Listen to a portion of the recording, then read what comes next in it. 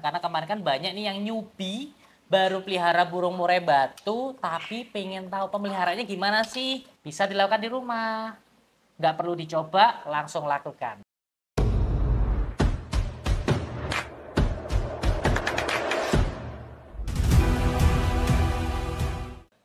Halo sahabat Radian, berjumpa lagi dengan saya Dr. Hewan Radian dan kita masih di Radian Channel. Siapa nih yang nunggu-nunggu seputar burung murai batu? Jadi hari ini kita tetap membahas seputar burung murai batu. Topik spesialnya kita akan bahas seputar perawatan karena kemarin kan banyak nih yang newbie baru pelihara burung murai batu tapi pengen tahu pemeliharaannya gimana sih biar burung-burungnya sehat. Nggak cuma burung kamu tapi burung saya pun juga sehat. Caranya gimana sih, tips-tipsnya? Yang pertama namanya dalam pemeliharaan ada yang namanya grooming. Grooming itu bukan berarti terus memandikan ya. Intinya grooming itu membuat bagaimana penampilan mereka menarik dan tetap sehat. Ya, jadi nggak cuma anjing kucing yang di grooming, ternyata burung pun juga perlu namanya grooming. Tipsnya apa sih yang bisa kita lakukan untuk memastikan kondisi mereka tetap sehat dan prima? Yang pertama, harus diingat ya. Yang pertama berhubungan dengan pakan. Kalau ada yang masih ingat di episode ini nih, kita membahas seputar pakan. Tingkat cerita dalam pemberian pakan tidak boleh terlalu tinggi protein dan teman-teman harus memberikan protein yang seimbang, kadar nutrisi yang seimbang. Detailnya ini, intinya tonton episode ini ya. Itu yang pertama. Yang kedua, itu berhubungan dengan pola pencahayaan. Namanya hewan, makhluk hidup pasti perlu istirahat teman-teman. Nggak cuma kamu toh yang mau tidur, burung pun juga mau tidur. Jadi teman-teman juga harus mengatur pola pencahayaan. Ada waktu di mana mereka itu memang benar-benar butuh lingkungan yang gelap. Butuh lingkungan yang terang. Jadi harus ada waktu mereka untuk dikerodong. Mudahnya teman-teman bayangkan si burung ini dia habitat alamiahnya adalah di hutan. Di hutan yang kerapatannya sedang. Artinya intensitas cahaya mataharinya tidak terlalu terang. Jadi teman-teman dalam menempatkan mereka tidak boleh terekspos sinar matahari secara langsung. Tempat yang teduh. Dan mereka aktivitas banyaknya adalah pagi sampai sore hari. Artinya malam istirahat. Ya kalau malam dikerodong. Kayak yang di belakang nih. Lihat. Dikerodong.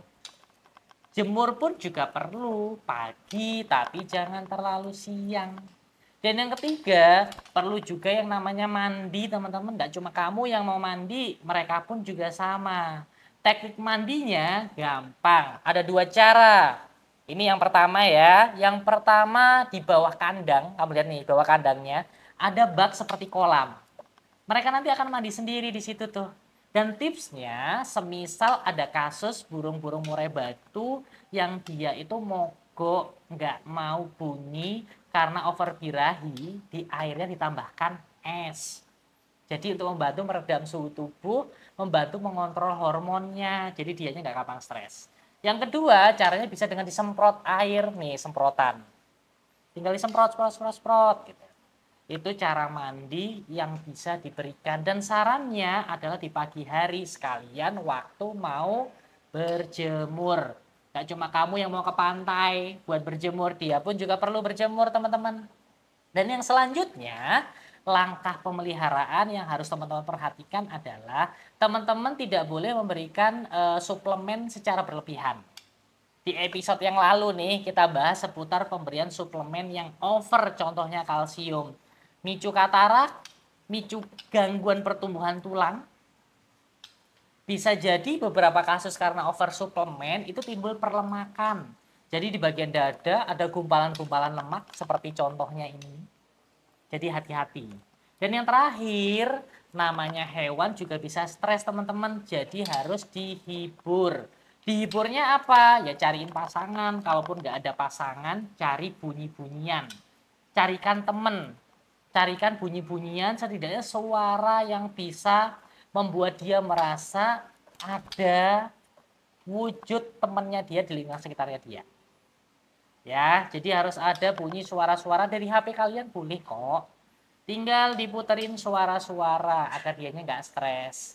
Diajak komunikasi. Hewan itu nggak ngerti bahasa kita, tapi mereka tahu gestur dan intonasi kita. Jadi dengan kita ngobrol sehari-hari dengan mereka, secara tidak langsung bisa membuat mereka lebih rileks.